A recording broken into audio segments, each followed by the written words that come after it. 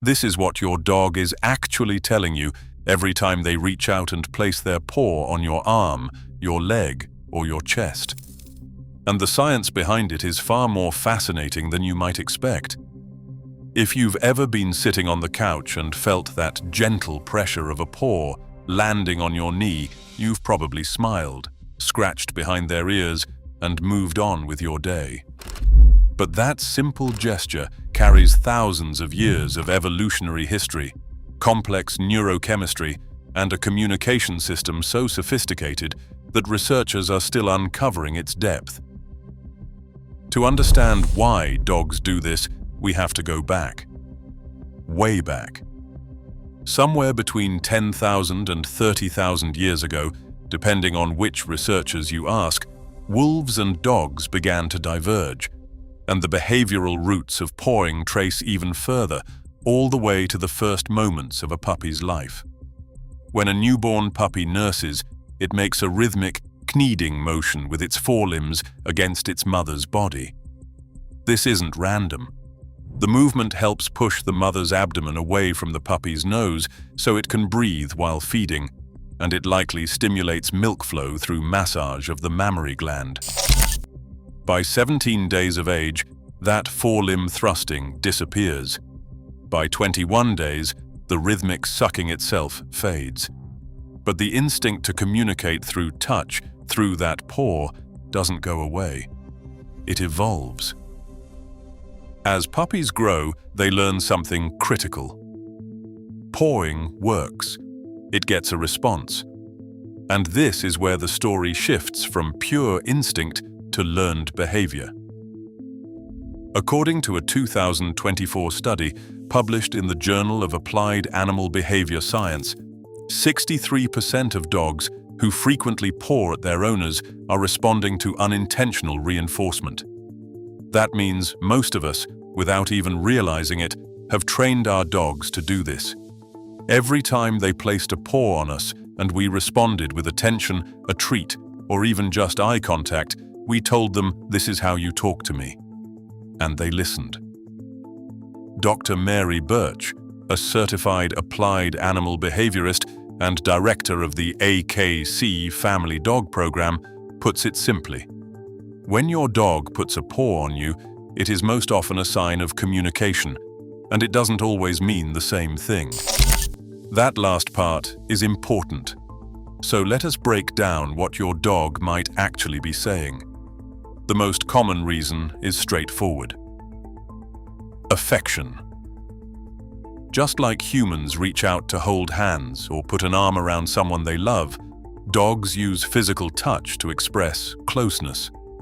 A soft, single paw placement, held gently against your body, is often your dog's version of saying, "I love you, and I want to be near you." But pawing can also be a request. Applied behavior analysts have a term for this. They call it manding. It means a request or a demand. Your dog might be hungry. They might need to go outside. They might want to play. The POW is their way of tapping you on the shoulder and saying, "Hey, I need something." And the style of the paw tells you a lot. Repeated pawing with more pressure signals urgency. A scraping or scratching motion often indicates frustration or excitement. A paw held in place for several seconds typically means they want prolonged contact or comfort. And then there's the reason that might surprise you most. Your dog might be putting their paw on you because they can tell you are stressed. In September 2022, researchers at Queen's University Belfast published a breakthrough study in the journal PLOS One. Led by Clara Wilson, the team demonstrated that dogs can detect the volatile organic compounds produced in human breath and sweat during acute psychological stress. And they can do it with an accuracy of 93.75%.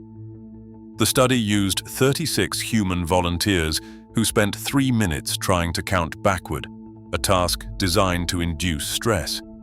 The dogs could reliably distinguish between samples taken before and after the stress response, even from people they had never met. As Wilson explained, Dogs do not need visual or audio cues to pick up on human stress. So when your dog places their paw on you after a difficult phone call or a long day, they may genuinely be responding to a chemical change in your body that you yourself aren't even consciously aware of. They're not just reading your face, they're reading your biology. And here's where the science gets truly remarkable. When your dog touches you, it triggers something in both of your brains. A landmark 2015 study published in Science by Nagasawa and colleagues revealed what they called the oxytocin gaze positive loop. When dogs and their owners gaze at each other, oxytocin levels rise in both species. Touch amplifies this effect. Petting releases oxytocin in both the person and the dog, and in a self-reinforcing cycle, the calmer the human gets, the calmer the dog gets. This chemical bond, this mutual flood of the same hormone that bonds human mothers to their infants, doesn't just happen between members of the same species. It happens across the species barrier. And critically, a 2014 study published in PNAS confirmed that this oxytocin system promotes social bonding even between individuals from, as the researchers put it, phylogenetically very distant species. Wolves don't do this. The 2015 study tested wolves raised by humans and found that gazing behaviors from wolves did not increase oxytocin in their human handlers. This is something dogs evolved to do. Over thousands of years of domestication, dogs developed the ability to hijack our bonding chemistry. That paw on your leg isn't just communication, it's a biochemical handshake. Now, there is one interpretation of pawing that deserves some scrutiny. You may have heard that when a dog puts their paw on you, they are asserting dominance. This idea comes from a 1947 paper by Rudolf Schenkel called Expression Studies on Wolves, which formed the basis of dominance theory in canine behavior. For decades, trainers and owners operated under the assumption that dogs were constantly jockeying for rank within a household hierarchy. Modern research has largely debunked this.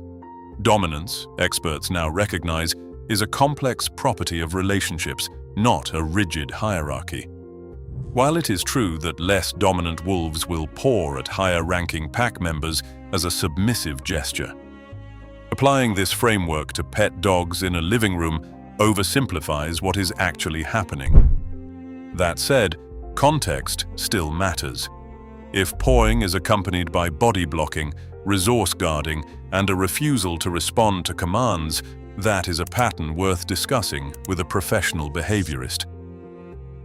Which brings us to the question of when pawing becomes a problem. Most of the time, it's harmless. It's your dog communicating in the most effective way they know. But if it becomes excessive, constant, or paired with whining, barking, destructive behavior, or signs of distress, it could signal an underlying anxiety disorder or even physical pain. Veterinary behaviorist Dr. Isabelle Bazin notes that pawing is inherently hard to ignore. Because there is physical contact, there is a good chance the human is going to react, she says. And that reaction, even a negative one, even saying no, is still attention. It still reinforces the behavior. Current training guidance from behavior experts is clear. If you want to reduce unwanted pawing, the approach isn't punishment. It's strategic non-response. Don't talk, don't touch, don't even look at the dog when they paw uninvited. Then teach them that pawing on command, when you ask for it, is what gets rewarded. But here's what I think is worth sitting with for a moment. Your dog evolved over millennia to reach out and touch you. Not just to beg for food or demand a walk, though sometimes that's exactly what they're doing. They evolved to sense your emotional state through chemistry. Invisible to your own senses, to trigger a hormonal response that calms you both, and to bridge the gap between two entirely different species with a single, quiet gesture. The next time your dog puts their paw on you, pay attention, not just to what they might want, but to what they might already know.